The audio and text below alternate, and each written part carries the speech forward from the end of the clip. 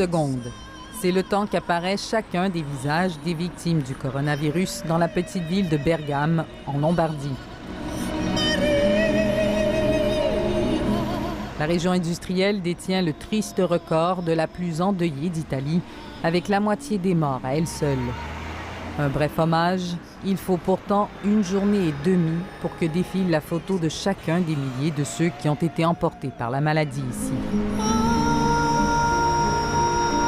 L'unica risposta, insieme alla preghiera, alla musica, che siamo stati in grado di dare al dolore delle famiglie che hanno dovuto salutare i loro parenti e i loro amici senza poterli accompagnare nella morte e nei funerali.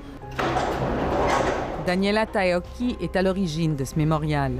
Elle est responsable des pages nécrologiques au quotidien L'Eco di Bergamo.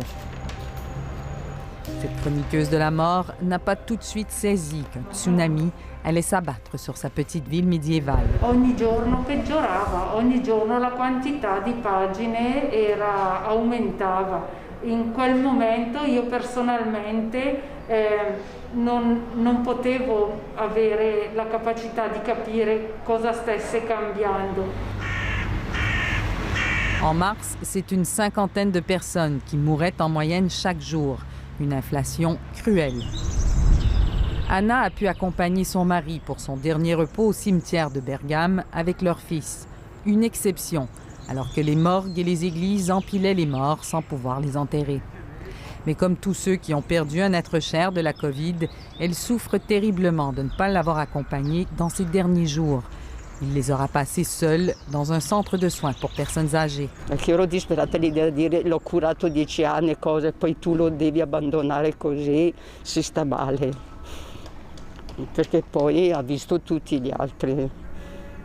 È stata proprio una strage. Milena Patelli souffle un peu mieux aujourd'hui.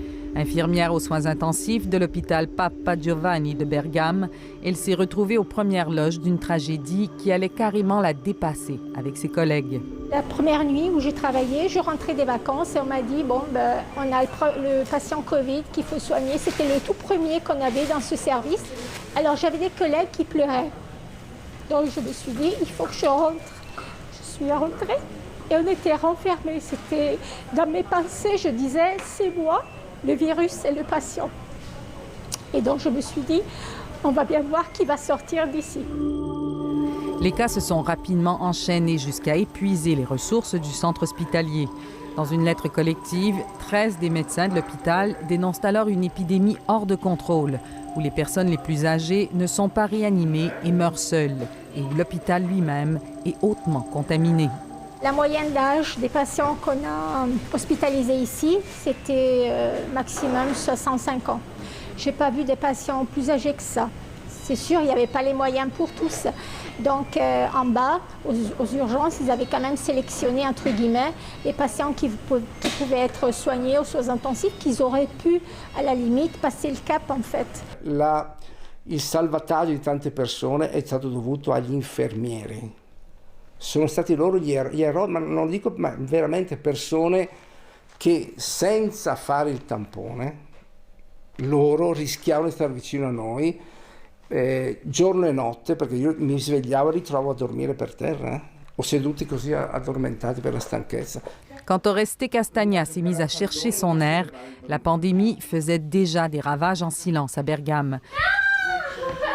Son médecin de famille lui a diagnostiqué une simple grippe. Le paracétamol conseillé n'a été d'aucun secours et début mars, il a dû être conduit d'urgence à l'hôpital.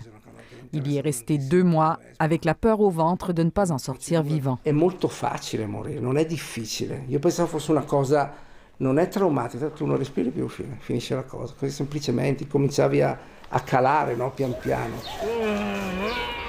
Oreste est finalement rentré chez lui et a retrouvé ses enfants. Mais il a du mal à les soulever pour les prendre dans ses bras. En fait, le moindre effort le fatigue. Il a vaincu la Covid, mais ses séquelles restent avec lui. L'addormentarmi per me, secondo me il mio corpo ha messo assieme il fatto di poter morire, perciò difficoltà nell'addormentarmi, sogni terrificanti sempre, continuamente, paura come persona. Bergame apprend doucement à respirer de nouveau, avec prudence. La douleur ici ne passera pas, mais la ville martyre est prête à se tourner vers l'avenir, à sublimer la douleur pour dessiner l'après.